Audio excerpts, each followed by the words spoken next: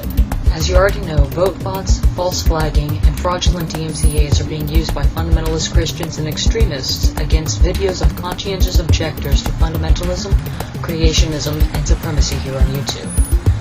I'm aware that instances of censorship and system abuse on YouTube aren't limited to the animus of fundamentalist Christians against the atheist community, but I will be concentrating on this purview since it's the one that I am most familiar with. However, what I have to say regarding censorship as a whole is applicable to all occurrences, regardless of the form and context in which the censorship takes place. Censorship is not only iniquitous, but it is a sign of the censor's own awareness that their standpoint and ideas cannot reach the magnitude they desire for them on their own merit when antinomy exists.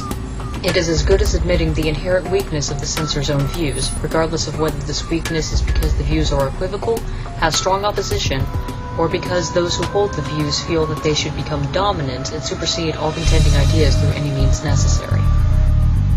In the case of fundamentalist Christians, young earth creationists, and intelligent design supporters, they wish for their doctrine and morals to be enforced through both culture and legislature.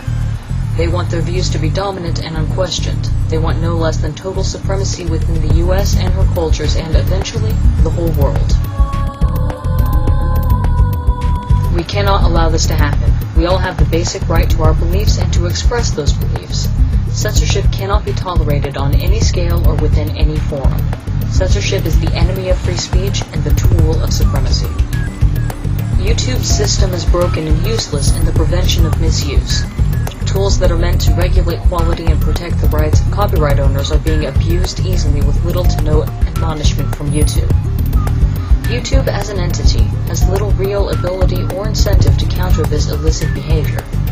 In order for YouTube to gain the ability to curb censorship, it must reform its system. The only way that it will do so is if there is a significant demand for this reform from its users.